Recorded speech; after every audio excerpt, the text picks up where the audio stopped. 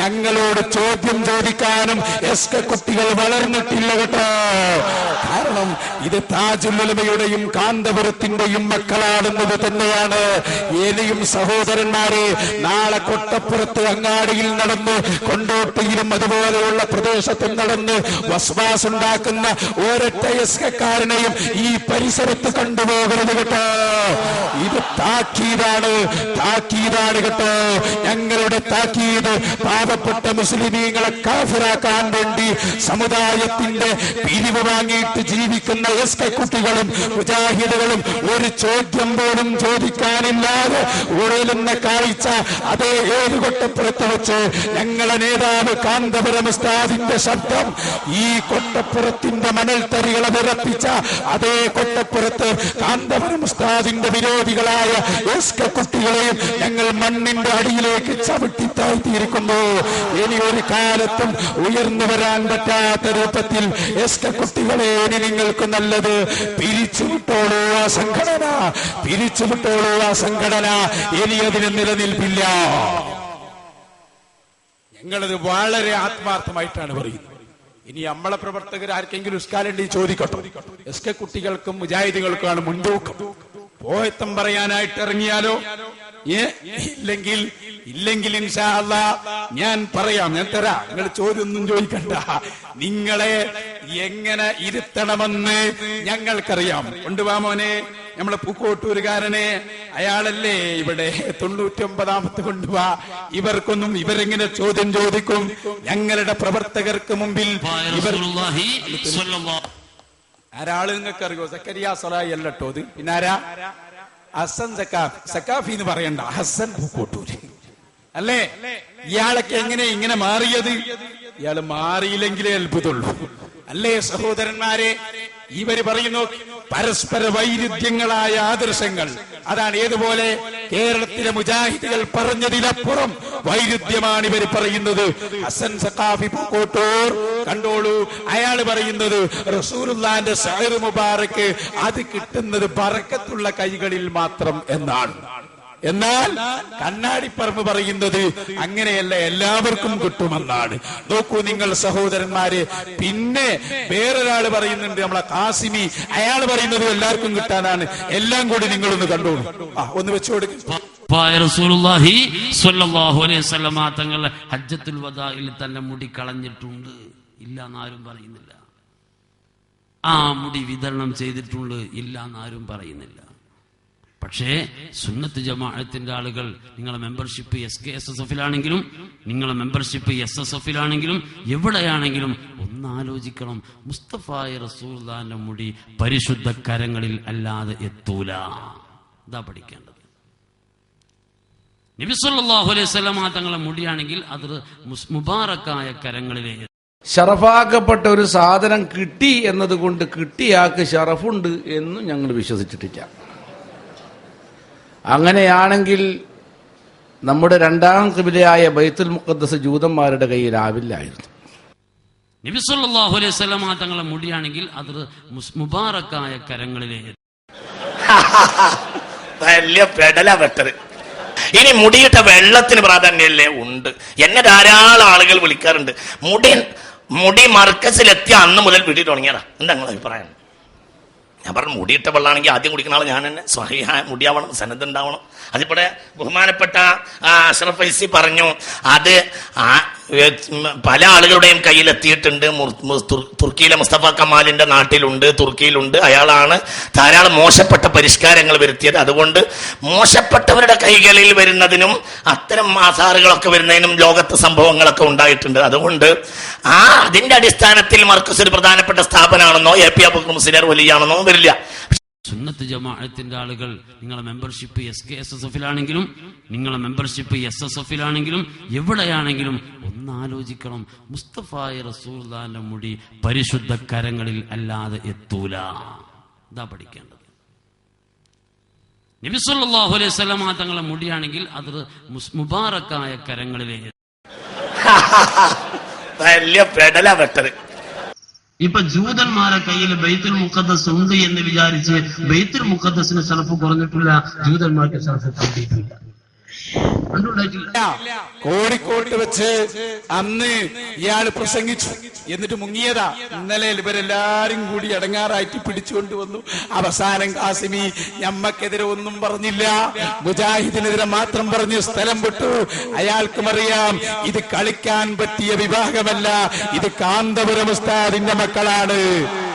സഹോദരന്മാരെ, നിങ്ങൾ ചിന്തിച്ചോ, ആരും പേടിക്കണ്ട. നിങ്ങൾ ചോദ്യം ചോദിക്കാൻ വന്നാൽ നിങ്ങളുടെ സംരക്ഷണം ഞങ്ങൾ ഏറ്റു. നിങ്ങൾ പോന്നോളൂ, ധൈര്യമായി പോന്നോളൂ. ഞങ്ങൾ നിങ്ങളെ ശരീരത്തിന് ഒരു പോറലും ഏൽക്കാതെ നിങ്ങൾ ഉദ്ദേശിച്ച സ്ഥലത്ത് ഞങ്ങൾ കൊണ്ടുപോയി ആക്കിത്തരും. അത് തന്നെയാണ് കേരളത്തിൽ ഇന്നലെ ഞാൻ കീശേരിയിൽ പ്രസംഗിക്കുമ്പോ അയാൾ വന്നിട്ട് പറഞ്ഞു, ഞാൻ പ്രസംഗമൊക്കെ നിർത്തി കഴിഞ്ഞതിന് ശേഷം എനിക്ക് ചോദ്യം ചോദിക്കാനുണ്ട്. ഞാൻ പറഞ്ഞു, സലാം വിട്ട ഇമാമിനോട് ആരും തുടരാൻ വരാറില്ല. ഞാൻ അവിടെ ഇല്ലായിരുന്നു, എനിക്ക് വേണ്ടി പറഞ്ഞത് എന്റെ രാമന്തലിയായിരുന്നു. എന്നിട്ട് ഞാൻ അയാളോട് വീട്ടിൽ വരാൻ പറഞ്ഞു, അയാൾ വന്നിട്ടില്ല. എന്നിട്ട് ഞാൻ ഒന്നുകൂടി പറയാൻ പറഞ്ഞിരുന്നു രാമന്തലിയോട്, നാളെ കൊട്ടപ്പുറത്ത് ഇതിനായി ഞങ്ങളൊരു പ്രോഗ്രാം സംഘടിപ്പിക്കുന്നുണ്ട്, നിങ്ങൾക്ക് കടന്നു വരാം. പക്ഷെ അയാളെയും ഇവിടെ കാണാനില്ല, ഒരാളെയും കാണാനില്ല. നോക്കിക്കോളൂ സഹോദരന്മാരെ, ഈ പറ്റിക്കൽ കമ്പനിയെ സമൂഹം ഉൾക്കൊള്ളണം. നമ്മളെ ഇയാളെടുക്ക് 16ാമത്തെ കൊണ്ടുപോവാ. ഈ നേരത്തെ ആ ചിരി, നമ്മളെ ചിരിയുടെ സ്വാഹിബ്, ചിരിയുടെ ആ ഒരാളുണ്ടല്ലോ, അയാൾ പറയുന്നത് കേട്ടോ, ഞങ്ങൾ പറ്റിച്ചതാണ്, എല്ലാരെയും പറ്റിക്കലാണ് ഞങ്ങളെ പണി. മുസ്ലിമീങ്ങളെ ഈ പറ്റിക്കുന്ന കമ്പനി മുസ്ലിമീങ്ങൾക്ക് വേണോ? എല്ലാവരെയും പറ്റിച്ചു. 16ാമത്തിട്ടോ അയാള് കാന്തപുരത്ത് അമ്പലക്കടവ് പറ്റിച്ചു എന്ന് കാസിബി കേട്ടോളൂ. ഹസ്രജിയുടെ വീട്ടിലും മുടിയുണ്ട് എന്ന് ഹമീദ് ഫൈസി പറഞ്ഞിട്ടുണ്ടല്ലോ. ഇവിടെ സത്യത്തിൽ പറ്റിയത് ഏപ്പിക്ക് ഹമീദ് ഫൈസിയെ ഇത്തിഫായിച്ചിരുന്ന വലിയ പെടല വെട്ടത്. സത്യത്തിൽ പറ്റിച്ചാളാ ഹമീദ് ഫൈസിയ. അതിനെ സത്യ ഹസ്രജിയുടെ വീട്ടില് ഒരു മുടിയുള്ളതായി ഞാൻ കേട്ടിട്ടുണ്ട് എന്ന് ഹമീദ് ഫൈസി പറയുന്നതോടുകൂടെ തീരുമാനിച്ചു, ഹസ്രജിയുടെ വീട്ടിൽ നിന്ന് ഇനി കൊണ്ടുവന്ന മുടിയാവുമ്പോ എതിർക്കാൻ കഴിയില്ലല്ലോ. ആ ഇടക്ക് ഹസ്രജിയുടെ മുടിയെ പറ്റി പറഞ്ഞല്ലോ, അങ്ങനത്തെ ഒരു മുടിയെ പറ്റി അദ്ദേഹത്തിന് വിവരം ഉണ്ടായിരിക്കാം, അത് കൊണ്ടുവന്നിട്ടുണ്ടാവാം. അതാണ് സത്യത്തിൽ ഇവിടെ പറ്റിച്ചത് ഹമീദ് ഫൈസിയ. ഞാൻ ഇന്നലെ വ്യവസ്ഥയിൽ ഇവരോട് പറഞ്ഞു, ഇവരിങ്ങനെ ആകെ വയലാണ്. കാരണം ഇങ്ങോട്ട് സനത് ചോദിക്കാൻ വന്നവര് അങ്ങോട്ട് പ്രതിരോധത്തിലായി. കാരണം നമ്മൾ ചോദിക്കാണ്, അല്ല എവിടെ സനത്? അപ്പൊ ആകെ വയലുമ്പോ നമ്മൾ പറഞ്ഞു, സത്യത്തിൽ ഇവിടെ പറ്റിച്ചത് കാസിബിയാണ്. അയാളാണല്ലോ ലേലം ചെയ്തത്. ലേലം ചെയ്തത് കൊണ്ടാണല്ലോ പെട്ടത്. ലേലം ഒന്ന് കാണിച്ചരാ. ലേലം ശരിക്ക് കേട്ടോ, കൊണ്ടുപോവാ. 96 എടുത്തോ. ലേലം ചെയ്യുന്നത്, വിൽക്കുന്നത്, ഇതിന് സനത് വേണ്ടെന്നാ ഇപ്പൊ പറഞ്ഞത്. ഞങ്ങൾക്ക് എന്തും ചെയ്യാന്നാണ്. അതോ എടുക്ക്, നമ്മളെ ബെല്ലൂരിലെ സാന്ദർഭികമായി പറയട്ടെ, ബെല്ലൂരിൽ നിന്ന് സനദുള്ള ഹബീബായ റസൂലുള്ളാഹിയുടെ മുടിയിൽ വെള്ളം കുടിക്കൽ സ്വഹാബികളെ പതിവാണ്. റഹ്മത്തുള്ള വെറുതെ പറയുകയല്ല. ഞാൻ കാണിച്ചത് ബെല്ലൂരിൽ നിന്ന് ഹബീബായ റസൂലുള്ളാഹിന്റെ മുടിയിട്ട സനദുള്ള വെള്ളം ഇവിടെ കൊണ്ടുവന്നിട്ടുണ്ട്. 2 കുപ്പിയിലുണ്ട്. അത് ദാറുൽ ഖുർആനിലേക്ക് 25,000 രൂപ വീതം ചെയ്യാൻ ഈ സദസ്സിൽ ആർക്കെങ്കിലും താല്പര്യമുണ്ടെങ്കിൽ വാവാട് ഉസ്താദ് അവർക്കത് നൽകുന്നതാണ്. 2 കുപ്പി വെള്ളം, 2 ബഹുമാനപ്പെട്ട ഹബീബായ റസൂലുള്ളാഹി, 2 ബഹുമാനപ്പെട്ട ഹബീബായ റസൂലുള്ളാഹി സനദുള്ള വെല്ലൂരിൽ നിന്ന് കൊണ്ടുവന്ന വെള്ളാണ്. സനദുള്ള വെള്ളം എന്തെങ്കിലും തോന്നിയത് പറയല്ല. സനത് ഉള്ളതാണ്. കൊണ്ടുപോയ സനത് കൊണ്ടുവാ. അപ്പൊ അതിന് സനദില്ലെന്ത്? ഞങ്ങളെ കയ്യിലുണ്ട്. ഉത്തരേന്ത്യയിൽ കാന്തപുരം ഉസ്താദ് ചോദിച്ചാൽ അവര് സനത് കൊടുക്കും. എസ്കെക്കാരെന്ന് കൊണ്ടുവാ. അതാണ് വെല്ലുവിളി. വെല്ലൂരിലും ഇവിടെ ഞങ്ങൾ എതിർത്തിട്ടില്ല. അതോക്കെ ഞങ്ങൾ എവിടെ വേണമെങ്കിലും അതിന്റെ സനത് ഹാജരാക്കാം. പക്ഷേ നിങ്ങളൊന്ന് കൊണ്ടുവാ. സനത് ചോദിച്ചാൽ അവിടെ പോയി നോക്ക്. പോയ അതേ സ്പീഡിലും കെട്ടന്നെ പോയിട്ട് വരും. ഉറപ്പാണ്, ഒരു തർക്കമില്ല. എന്നിട്ട് നോക്കുങ്ങൾ, ഇവിടെ ഞാന് കഴിഞ്ഞ പ്രസംഗത്തിൽ നിന്ന് ഒരു സഹോദരൻ ഇവിടുന്ന് വിളിച്ചിരുന്നു. എന്താണെന്നറിയൂ? നമ്മളെ തോഹിർ സഖാഫിയുടെ പ്രഭാഷണത്തിൽ പറഞ്ഞിട്ടുണ്ടത്രേ, ബഹുമാനപ്പെട്ട കാന്തപുരം ഉസ്താദിന്റെ സമീപത്തുള്ള മുടി റസൂലുള്ളാഹിന്റെ താടി രോമവും അതുപോലെ തന്നെ ആ തലയിലുള്ള രോമവും എന്ന് പറഞ്ഞിട്ട് അതാണ് ഇവിടെ കാര്യമായി ആഘോഷിച്ചത്. ഞാൻ വിചാരിച്ചത് അത് നേരത്തെ ഞാൻ പ്രസംഗത്തിൽ പറയാത്തത് അതിവിടെ ആരെങ്കിലും ചോദ്യകർത്താക്കൾ ഉണ്ട് എന്ന് കരുതിയിട്ടാണ്. അവരെന്നെ ചോദിച്ചാ പിന്നെ അതിനെ മറുപടി പറയാലോ എന്ന് കരുതിയിട്ടാണ്. അപ്പൊ ഞങ്ങൾ പറയുന്നു, തോഹിർ സഖാഫി തന്നെ തന്റെ അടുത്ത പ്രഭാഷണത്തിൽ അത് വിശദീകരിച്ചിട്ടുണ്ട്. അത് അദ്ദേഹത്തിന് പറ്റിയ അബദ്ധമാണെന്നും അദ്ദേഹം അത് തിരുത്തിയിട്ടുണ്ട് എന്നും അടുത്ത പ്രഭാഷണത്തിൽ തന്നെ ബഹുവന്യരായ തോഹിർ സഖാഫി പറഞ്ഞിട്ടുണ്ട്. അത് അദ്ദേഹം കേട്ട ധാരണയിൽ പറഞ്ഞതാണ്. അങ്ങനെ പറഞ്ഞ ആ അബദ്ധം അദ്ദേഹം തന്നെ തിരുത്തിയിട്ടുണ്ട് എന്ന് ഞാൻ പ്രത്യേകമായി ഉണർത്തുന്നു. ഇനി അതിന്റെ പേരിൽ ആരും സൈക്കിൾ എടുത്ത് കൂടേണ്ടതില്ല എന്ന് നിങ്ങളബദ്ധങ്ങളുടെ ഘോഷയാത്ര തുടങ്ങിയാൽ അതങ്ങനെ തന്നെയാണ് അതിന്റെ അവസ്ഥ. പക്ഷെ അത് തിരുത്താൻ തയ്യാറാവണം. പറഞ്ഞപ്പോ ഇനിയിപ്പൊ ഞങ്ങൾ അബദ്ധമൊന്നും 230 എടുത്തോ ഇവൽ അബദ്ധമൊന്നും പറ്റാത്ത സാധനമാണ് എന്നാരും മനസ്സിലാക്കണ്ട. അബദ്ധം ഏറ്റവും കൂടുതൽ പറ്റിയവർ വരെ നിങ്ങളെ കൂട്ടത്തിലുണ്ട്.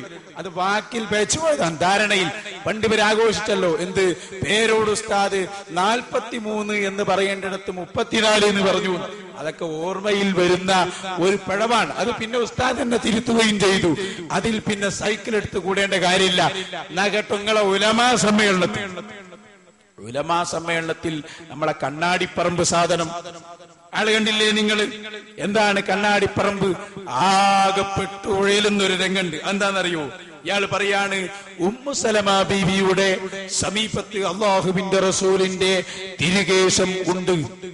ഉമ്മു സലമ ബീവി എന്ന് പറഞ്ഞാൽ അത് ഇയാൾ പറയാ അബൂ തൽഹയുടെ ഭാര്യയാണ്. അബൂ തൽഹയുടെ ഭാര്യയാണോ സഹോദരന്മാരെ ഉമ്മു സലമ ബീവി? ഉമ്മു സലമ ബീവി ആരാന്ന് അറിയാത്ത ആരെങ്കിലും ഉണ്ടോ? ആരാ ഉമ്മു സലമ ബീവി? ഹബീബായ മുഹമ്മദുർ റസൂലുള്ളാഹി സ്വല്ലല്ലാഹു അലൈഹി വസല്ലം. 230 കിട്ടിയില്ല മോനെ, വേടുക്ക്. ഇയാള് കണ്ണാടിപ്പറമ്പ് വേഗം എടുത്തോ, അയാളെ നമുക്കൊന്ന് കൊണ്ടുവരാം. നിങ്ങൾ ശ്രദ്ധിക്കണം, ഇവിടെ ഇങ്ങനെ ചിന്തിക്കുമ്പോ വളരെ കൃത്യമായി മനസ്സിലാക്കേണ്ട ഒരു കാര്യം. പിന്നെ അയാൾ എന്ത് ചെയ്യാന്നറിയോ? ഇതെവിടെ പ്രസംഗിക്കുന്നത്? പണ്ഡിത സമ്മേളനത്തിൽ. പിന്നെ അയാൾക്ക് ആകഷ്കാലായി മുടി സൂക്ഷിച്ചത് ഉമ്മു സലമയാണോ ഉമ്മു സുലൈമാണോ? പിന്നെ അയാൾ ഉമ്മു സലമയിൽ നിന്ന് ഉമ്മു സുലൈമിലേക്ക് പോയി.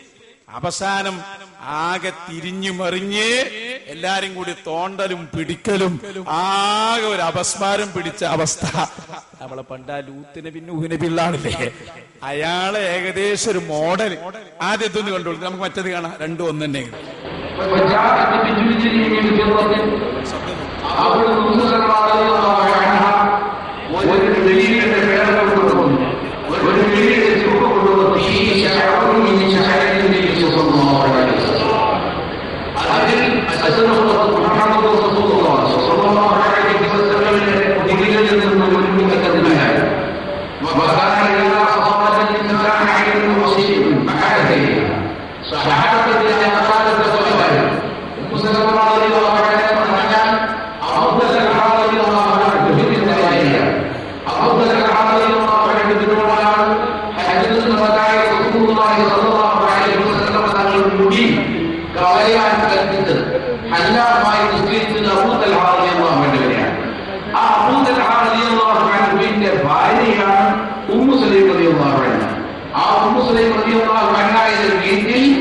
സൂക്ഷിക്കപ്പെട്ട മുടിയിലേക്ക് വല്ല കണ്ണോ കണ്ണോ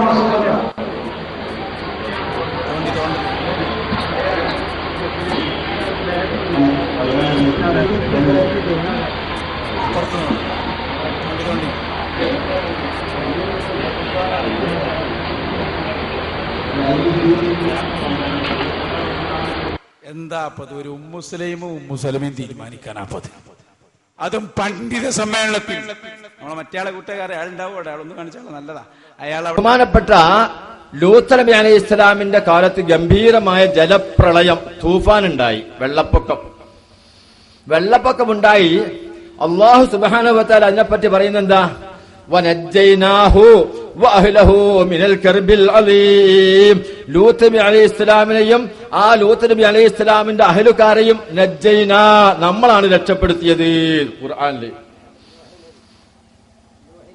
നൂഹ് നബി അലൈഹി ഇസ്ലാമിന്റെ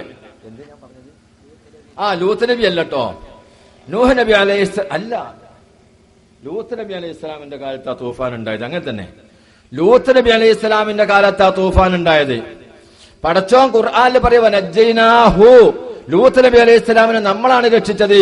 വഅഹ്ലഹു, അദ്ദേഹത്തിന്റെ അഹ്ലുകാരെയും നമ്മളാണ് രക്ഷിച്ചത് എന്ന് പടച്ചോൻ പറയാം.